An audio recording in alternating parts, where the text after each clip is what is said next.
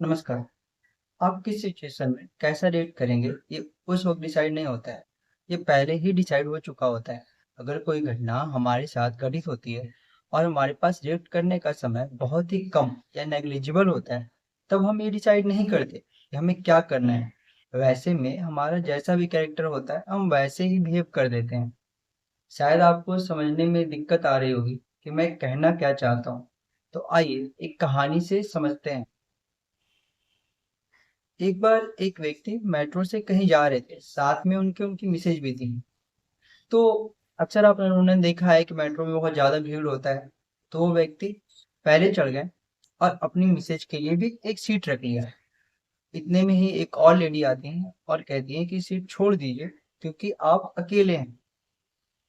पर वो कहते हैं मेरे साथ मेरी मिसेज है और वो आ रही हैं।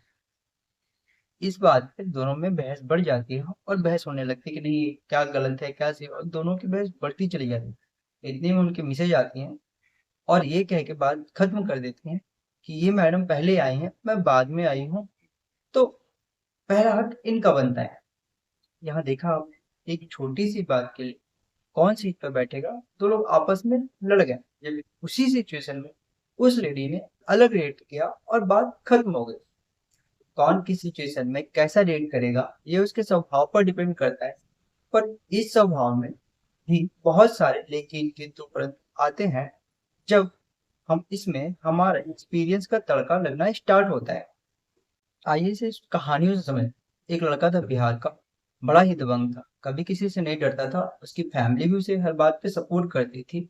बात बात में गोली बंदूक जैसा कि बिहार में आदत है निकाल लेना उसके लिए आम बात। लोगों से लड़ जाता था, कभी किसी को मार देता था। शरीर से भी काफी स्वस्थ था, इसलिए लोग उसे उलझने से भी बचते थे। उसके फैमिली की गांव में अच्छी खासी पहचान थी, लोग एक रेपुटेड फैमिली से आता था, तो कोई उससे उलझता नहीं था। किसी कारणवश एक दिन उसको दिल्ली जाना हुआ। वो दिल्ली आता है, उसे आते ही भूख लग जाती है। गलती से वो पहाड़गंज साइड जाता है और दो पराठे मंगाता है। थोड़ी देर में पराठे दो तीन प्रकार की सब्जियों के साथ आता है। वो खाता है, फिर आता है बिल। फिर वो देखता है कि बिल 500 रुपए का।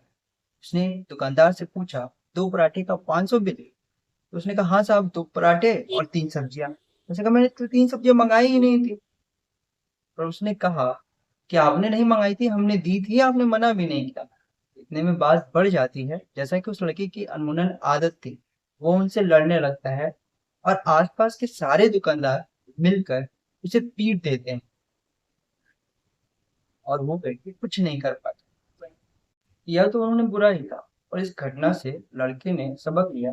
फिर दोबारा कभी भी अनजान जगह पर अनजान लोगों के बीच हीरो बनना छोड़ दिया।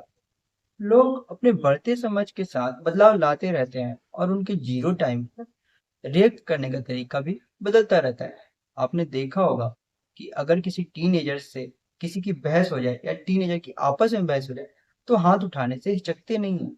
इसके उलट जैसे जैसे हमारी उम्र बढ़ती चली जाती है और हमारी समझदारी भी उसी अनुपात में अगर बढ़ती चली जाती है, तो हम मारपीट से दूर रहने लगते हैं।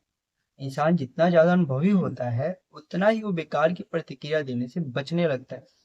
पर कोई ऐसा सिचुएशन आपके सामने आ जाए जिसे आपने कभी फेस नहीं किया हो या उसके बारे में नहीं सोचा हो, तो संभावना रहेगी कि आपका आपका रिएक्शन इस मामले में अनफिल्टर हो। मतलब जैसा भी आपका बेसिक नेचर या कैरेक्टर है, आप उसी हिसाब से बिहेव कर देंगे। पर इसके उलट कुछ लोग ऐसे भी होते हैं जो अपने बढ़ते अनुभव के कारण अपना फायदा नुकसान कैलकुलेट करके खुद को ट्रेंड करते हैं कि कैसे रेट करना चाहिए। ऐसे में से कहानी से समझते हैं। एक ऐसे ही व्यक्ति थे, कॉर्पोरेट ऑफिस में सेल्स टीम के ब्रांच हेड थे। हमेशा बात बात पर गुस्सा हो जाते थे और अपने जूनियर्स को बिना वजह डांट दिया करते थे। सभी सोचते थे ये इनकी आदत होगी।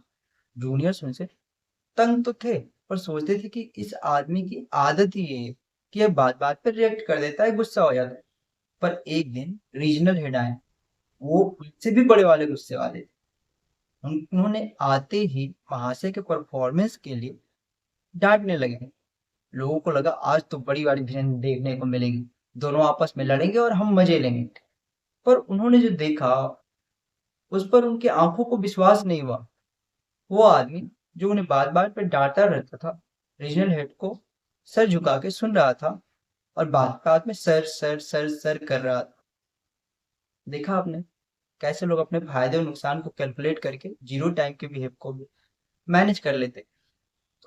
आप यहाँ से समझ सकते हैं कि जीरो टाइम रिएक्शन भी प्री डिसाइडेड होता है।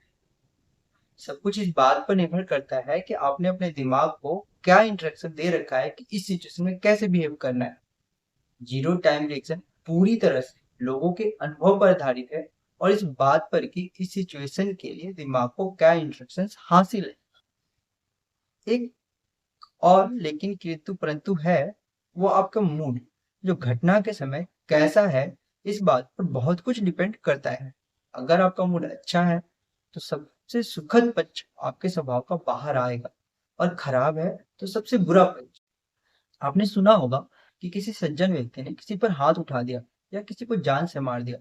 वो आदमी वैसा नहीं करना चाहता है, परंतु अगर वो पहले से दुखी हो या क्रोधित हो तो वैसे में उसे जीरो टाइम पर रिएक्ट करना पड़े तो वो उसी हिसाब से बिहेव करेगा। तो उसने कभी ना कभी दिमाग को निर्देश दिया होगा कि मैं इतना बुरा किसी का कर सकता हूँ। पर अगर उसे यही रिएक्शन जब वो बहुत खुश हो तो शायद इस प्रकार का बिहेव नहीं करता और उसका सबसे सुखद पक्ष बाहर आता। आप जीरो टाइम पर कैसा रिएक्ट करेंगे इसकी तैयारी बैक स्टेज हमेशा चलती रहती है। आप अपने रिएक्शन से होने वाले फायदे नुकसान को हर बार रिएक्ट कर देने के बाद तौलते हैं और खुद को समझाते हैं कि मुझे कैसा रिएक्ट करना चाहिए था और कैसा नहीं करना चाहिए और मैं आगे कैसा बिहेव करूंगा। आप जैसा भी निर्देश अपने दिमाग को देते हैं वो धीरे धीरे उसी के हिसाब से आप ढल जाते हैं और वैसा ही रिएक्ट करने लगते हैं। इसलिए खुद को ये मत कहिए कि यार बार बार अनजाने में या गुस्से में मेरे से गलती हो जाती है, मैं ऐसा नहीं करना चाहता था। अगर आप जीरो टाइम पर बार बार एक ही गलती दोहरा रहे हैं मतलब आप खुद पर काम नहीं कर रहे हैं। आप अपने दिमाग को निर्देश नहीं दे रहे हैं कि आपको जीरो टाइम पे कैसा बिहेव करना है। दिमाग को निर्देश देते रहिए कि जीरो टाइम में कैसा रिएक्ट करना है और ये सही से एग्जीक्यूट हो। इसलिए नॉर्मल टाइम में भी उस रिएक्शन और स्वभाव के आसपास जीवन जिए ताकि आपका दिमाग उसके हिसाब से ढल जाए। Thanks for watching. नमस्ते।